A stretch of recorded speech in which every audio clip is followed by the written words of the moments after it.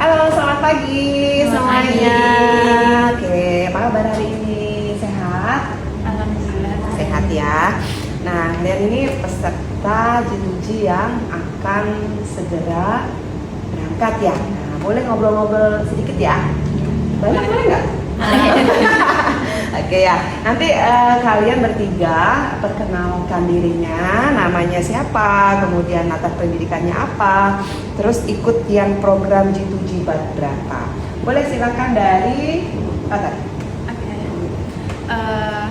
Hajimashite, watashi no namae wa Tari Tomasimasu.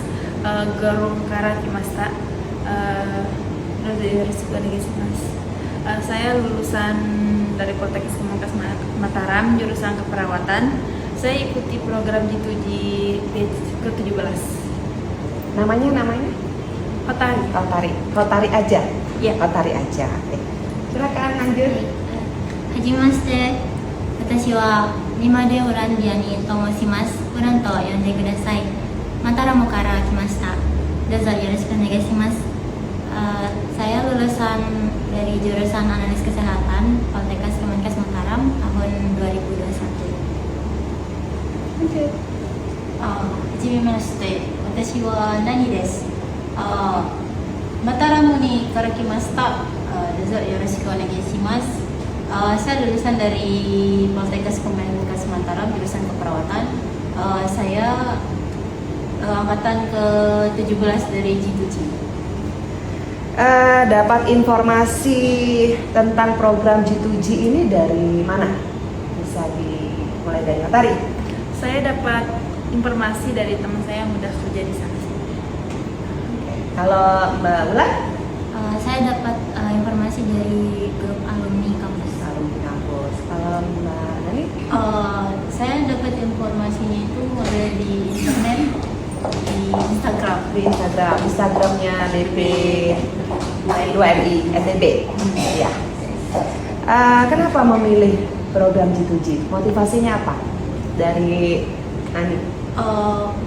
Menurut saya program G2G ini kan di bawah naungan dari negara, jadinya saya pikirnya kayak kalau saya lewat BP2MI itu berarti saya itu kayak ada jaminan untuk dilindungi secara nasional, secara negara oleh negara ketika saya bekerja di luar negeri. Kayak ikut dari program G2G ini. Kalau dari Mbak Ulan, motivasinya apa, Mbak? Motivasi saya untuk membantu perekonomian keluarga, dan karena saya dari dulu juga sudah punya ketertarikan dengan negara Jepang, jadi ketika mengetahui informasi G2G Jepang, saya merasa tertarik untuk itu. Kalau Mbak Tari, motivasinya apa? Motivasi saya selain untuk membantu perekonomian keluarga juga ingin mencari pengalaman keluar dan mengikuti etos kerja orang Jepang. Disiplinnya ya, pertama ya. Oke. Bisa diceritakan nggak bagaimana pengalaman mengikuti program G2G Jepang ini? Mungkin mulai dari dapat informasinya dari mana, kemudian persiapan belajarnya seperti apa. Bisa nggak? Mungkin nggak semua harus menjawab, bisa dijawab salah satunya. Silakan, siapa yang menjawab? Bulan, ya silakan Bulan. Iya, saya dari pertama kali dapat informasi G2G, kemudian dapat informasi dari Ibu Made untuk pelatihan bahasanya sendiri untuk melengkapi berkas mendaftar itu di BPPP Lombok Timur. Kemudian setelah itu saya mempersiapkan berkas-berkas untuk kelengkapan berkas itu juga. Kalau latihan di BPPP biayanya gratis ya? Iya, gratis. Kalau Otari sama Nani latihan bahasanya di mana? Kebetulan kita pelatihannya itu di Praya, Di LPK ya. Oke. Kemudian kemarin tadi disampaikan pendaftarannya yang batch 17 ya, berarti pendaftaran di tahun 2023, verifikasi di 2023 juga ya. Mulai dari mendaftar sampai dengan saat ini sekarang yang siap mengikuti OPP ini prosesnya berapa lama? Hampir satu tahun ya, hampir 1 tahun semua ya. Kemudian kemarin kan setelah lulus seleksi, kemudian teman-teman ikut pelatihan bahasa Jepang ya setara M4. Pengalamannya gimana ikut pelatihan? Bisa diceritakan nggak? Bisa Mbak Nani ceritakan pengalaman ikut pelatihan bahasa Jepang setara M4-nya? Untuk pengalaman pelatihan EVA-nya sendiri itu kan kebetulan kita dibagi jadi dua gitu, ada yang online, ada yang offline. Kebetulan saya dapat yang online-nya. Oke. Jadinya pengalamannya itu nggak terlalu banyak karena selalu ketemu sama diri sendiri doang di rumah gitu. Nggak ada teman cerita gitu. Paling ceritanya cuma di WhatsApp doang, dan pengalamannya itu bisa lebih ke bisa memanage waktu belajar sendiri gitu, nggak ada terjadwal sendiri gitu kan, jadinya bebas kita mau belajar itu kapan di saat liburnya itu. Jadinya misalkan di paginya itu 1 jam, terus nanti malamnya beberapa jam, itu bisa kita manage waktu sendiri tanpa ada jadwal sendiri dari pihak pelatihannya gitu di saat libur. Kalau yang offline, kalau tertarik offline, coba yang offline pengalamannya seperti apa? Kalau offline lebih disiplin, jam 7 itu harus bangun karena orang Jepangnya sebelum 1 jam itu udah datang. Jadinya pembelajarannya lebih maksimal. Offline-nya kemarin di mana? Di Jakarta, di Lebak Bulus. Jadi ada plus minusnya lah ya. Kalau online kita yang atur waktunya, manage waktunya sendiri. Kalau offline ya bisa kita ketemu dengan teman yang lain juga, disiplin waktunya lebih berasa ya, karena dilihatin secara nyata ya. Kalau yang online kan melalui dunia maya. Kemudian berapa sih perkiraan biaya yang dikeluarkan dari mulai mendaftar program ini sampai akhirnya mau mengikuti kegiatan OPP? Kalau yang tadi Hotari sama Nani kan pelatihan bahasanya dari LPK ya. Nah, mungkin bisa dijawab Hotari mungkin nih, berapa kira-kira? Estimasinya kayaknya 10 juta. Sekitar 10 juta. Dari LPK bayarnya cuma 5 juta, sama MCU pertama kedua 1.900.000. Dan yang lainnya itu ini apa sih namanya? Bolak-balik. Untuk Tiket transportasi ya, transportasi ya. transportasi itu kalau dari yang pelatihan LPK, dan jurusannya memang perawatan ya. Perawatan, ya. Oke. Kalau Ulan nih kan yang bukan jurusan keperawatan ya. Nah, estimasi biayanya berapa yang dikeluarkan? Estimasinya kemarin 13 juta. 13 juta. Ya, karena terbantu juga pelatihan di BPVT kan 0 rupiah, dan karena bukan jurusan perawatan saya jadi ikut pelatihan untuk care worker, itu biayanya 5 juta, dan untuk biaya tes, akomodasi, selain lain-lainnya untuk kebutuhan sendiri itu kisarannya 13 juta. Oke, ya. Kemudian pada saat matching kemarin kan ketika habis UKOM, kemudian psikotes kan ada tahapan matchingnya ya. Tahapan matching kan harus datang langsung ya ke Jakarta ya waktu itu. Pada saat matching disampaikan nggak, dijelaskan nggak gajinya berapa sih kerja di Jepang? Otari sama Nani kan S1 perawatan ya. Nah itu salah satu nih, mungkin Nani yang jawab. Di gajinya berapa? Waktu matching itu kan ada beberapa banyak, bukan beberapa lagi, banyak perusahaan yang datang waktu itu yang kita datangin untuk memperkenalkan perusahaannya mereka kepada kita. Itu tuh dijelasin mereka itu ngasih apa, gajinya itu berapa,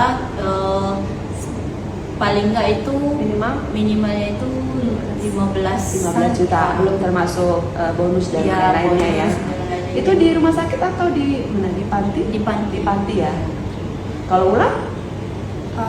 Kurang lebih sama. Sama. Iya. Berarti Kurang lebih 15 juta juga. 15 juta. Belum termasuk bonus ya. Iya.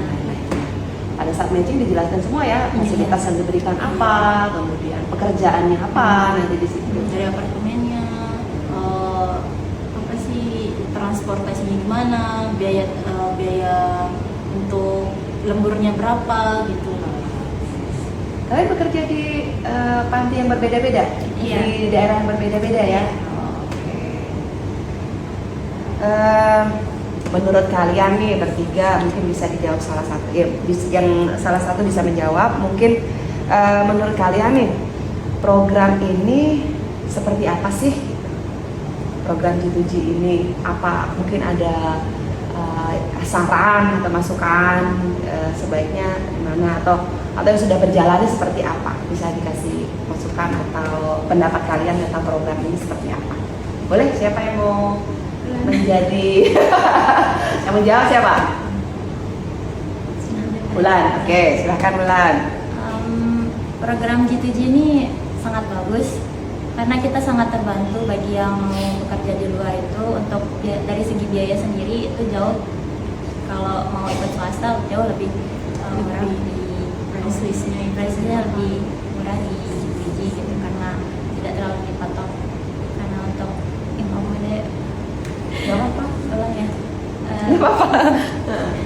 Apa namanya? Lebih murah dibandingkan dengan swasta. Itu juga Lewat. biayanya itu bakalan kembali ke kita Kita. lagi. Biaya yang kita keluarin itu untuk diri kita. Dan akan diganti oleh pihak perusahaan ya ketika teman-temannya sudah berangkat semua gitu ya. Jadi intinya program ini sangat membantu ya bagi yang kepingin kerja ke Jepang, khususnya kalau lewat perusahaan swasta tentunya kan ada kos yang jauh lebih tinggi ya dibandingkan dengan program ini. Nah, oke. Terus ada nggak tips nih bagi yang terakhir nih, ada nggak tips bagi alumni teman-teman seangkatannya, baik itu yang di Poltekkes ini ataupun yang di luar sana, tipsnya untuk ikut program ini tuh seperti apa sih gitu, apa tipsnya sehingga bisa goal, bisa lolos, bisa seperti kalian bisa berangkat, itu tipsnya apa?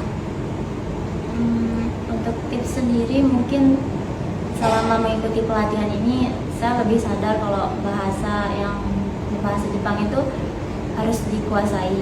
Jadi untuk awal itu sebelum mendaftar lebih baik untuk walaupun sedikit-sedikit lebih baik kita mulai dari sekarang untuk belajar. Karena itu akan sangat membantu pas kita mulai pelatihan itu akan dapat nilai plus. Jadi sebelum kalau udah tertarik nih ingin kerja ke Jepang, itu sebaiknya sudah cari informasi di luar ya, belajar mandiri lah melalui online gitu ya, supaya ketika ikut ini tidak benar-benar nol banget, itu dari segi bahasanya ya. Kalau dari kesiapan mentalnya mungkin dari Nani, karena kan programnya dari mendaftar sampai tahapan ini kan lumayan panjang ya, jadi kesiapan mentalnya mungkin seperti apa? Mental yang harus kita siapin itu sih harus lebih lagi karena tes yang kita lakuin itu lumayan banyak, dari mulai tes kesehatan pertama, terus ada tes kemarin untuk kita tes Ukom sama tes psiko. Nah di situ juga nentuin kita bakalan lulus apa enggaknya, di cek kesehatan pertama juga bakalan nentuin kita lulus apa enggaknya, terus di matchingnya sendiri itu kita harus nyiapin mental kita itu yang lebih lagi untuk kita nentuin bakalan kalau kita nggak lulus nih apakah kita bakalan lanjut di tahun depan atau kita nyari jalur lain lagi seperti mau ke swasta kayak, tapi menurut saya lebih baik ikut lagi di tahun depan kalau di salah satu tesnya itu nggak lulus karena G2G itu menurut aku itu membantu banget untuk kita daripada kita harus ikutin ke swasta, biayanya cukup banyak juga, terus belum tentu kita bakalan dibimbing sebaik kita dibimbing oleh program ini gitu. Oke ya, jadi G2G ini programnya udah cukup bagus lah ya, mesti ditingkatkan lagi ya. Jadi buat pesan buat adik-adiknya ya tetap semangat, mentalnya harus siap, nggak boleh putus di tengah jalan karena untuk mencapai tahapan ini kan nggak mudah ya, butuh konsisten juga ya. Jadi nggak semangatnya itu nggak separuh-separuh ya, benar-benar sudah bertekad bulan harus ikut program ini sampai dengan tuntas. Nah yang terakhir sekali nih, yang terakhir banget. Kritik dan saran untuk program G2G, ada nggak kira-kira nih G2G ini terlalu apa gitu, atau G2G ini apa gitu, kritiknya apa nggak, ada nggak? Kalau kritik nggak ada. Nggak ada ya? Kalau sarannya sih untuk memaksimalkan kita pelatihannya, semoga di tahun ini yang bakalan ikut pelatihan itu bisa